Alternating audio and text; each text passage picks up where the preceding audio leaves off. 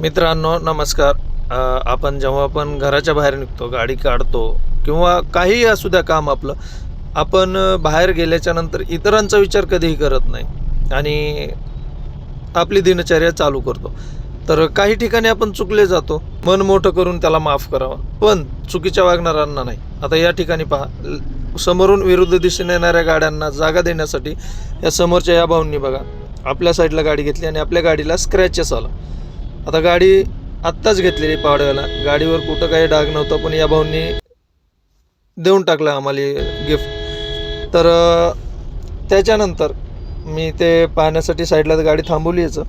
पण झालं काय असतं माहिती आहे का मित्रांनो, आता तिथं राग येतो, कोणालाही राग येतो, तिथं मलाही राग आला थोडंसं, पण कंट्रोल केला. आता त्याच्यामध्ये झालं काय असतं की ह्या समोर गेलेल्या टू व्हीलरवाल्या भाऊचं आणि माझं भांडण झालं असतं. जे चुकीचे वागले, जे चुकीचं चालत होते ते तर निघून गेले, पण त्यांचं आणि माझं विनाकारण भांडण झालं असतं. तर मी साईडला गाडी थांबवली. साईडला थांबून अगोदर पाहिलं की आपला स्क्रॅचेस किती आला आहे काय नाही ते पाहिलं, तर स्क्रॅचेस काही तेवढा मोठा नाही आहे. पण शेवटी कसं होतं की आपण एवढे 12-13 लाखाची गाडी घेतो आणि त्याला स्क्रॅचेस विनाकारण येतो, तेव्हा मात्र थोडंसं मन दुखवतं. तर याचा देखील या विरुद्ध चालणाऱ्या लोकांनी विचार केला पाहिजे. जर एखादा चिडला गेला तर त्या ठिकाणी काहीही बोलू शकणार नाही आहेत. हेच नाही आहे तर यांचे घरचे देखील काही बोलू शकणार नाहीत. जर असं प्रूफ असेल तर शक्यतो होता होईल तेवढं आपण आपल्याच बाजूने गाडी चालवण्याचा प्रयत्न करा, आपल्याच बाजूने गाडी पुढे घ्या. असं विरुद्ध दिशेनं जर तुम्ही गाडी पुढे घेऊन याल तर इतरांनाही या गोष्टीचा त्रास होईल. आणि इथं बघा काही जण वरून पायी येत आहेत, त्यांनाही त्रास होतो आहे या गोष्टीचा. तर जेव्हा आता त्या बाजूने किंवा येत असतील तर तुम्ही त्यांच्या पाठीमागून गाडी घेऊन येता, तर त्यांना देखील जागा द्यायला लागते तुम्हाला. त्या सिच्युएशनमध्ये तुम्ही रोडच्या मध्ये येता, समोरून एखादी सुसाट गाडी आली तर त्या सिच्युएशनमध्ये देखील तुम्हाला दुखापत होऊ शकते. स्वतःची काळजी घ्या आणि गाडी चालवा. आता या ठिकाणी मी गाडी साईडला थांबवली का, तर मला पाहायचं आहे की माझं नुकसान किती झालं आहे म्हणून. खरं तर तिथं थांबायची आवश्यकता नव्हती, पण मला व्हिडिओ पण बनवायचा होता मित्रांनो, त्याच्यामुळे मी थांबलो पण.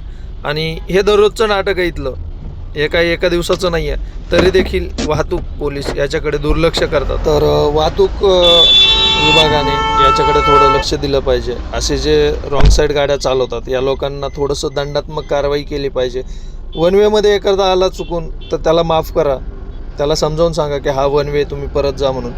पण अशा ठिकाणी जर कोणी आला, आता या ठिकाणी सरळ सरळ वेडा पण असेल ना तरी तो म्हणाल की ही बाजू गाडी घेऊन येण्याची नाही आहे. तर ड्रायव्हर असेल तर तो विषयच सोडा, कितीही वेळा ड्रायव्हर असू द्या, त्याला पण समजून येईल की इथं गाडी चालवायची नसते विरुद्ध दिशेने म्हणून. तर अशा ठिकाणी मात्र मोठी दंडात्मक कारवाई केली पाहिजे.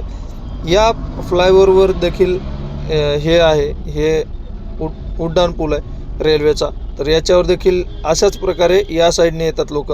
आणि याच्या पाठीमागे मुंडवा चौकाच्या पाठीमागे गेलं ना, तुमच्यामुळे आमचं नुकसान होते. तो तुम्ही आता रॉंग साईडने जाताय, माझं नुकसान झालं तिथं माहिती आहे का.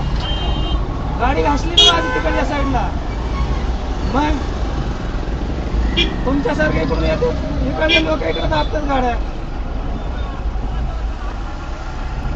तर याच्या पाठीमागे मी सांगत होतो की जे नदीवरचा ब्रिज आहे त्या ब्रिजवर देखील अशाच प्रकारे दररोज कित्येक गाड्या रॉंग साईडने जातात आणि याच्याकडे देखील वाहतूक विभागाचं थोडंसं लक्ष नाही आहे. प्लीज थोडंसं लक्ष द्या.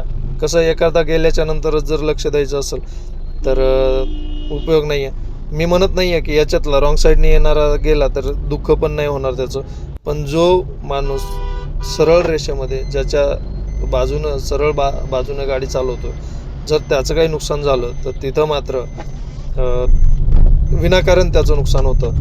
हे तर आत्महत्या करायला आलेली लोक आहेत, विरुद्ध दिशेनं गाड्या चालवतात ते.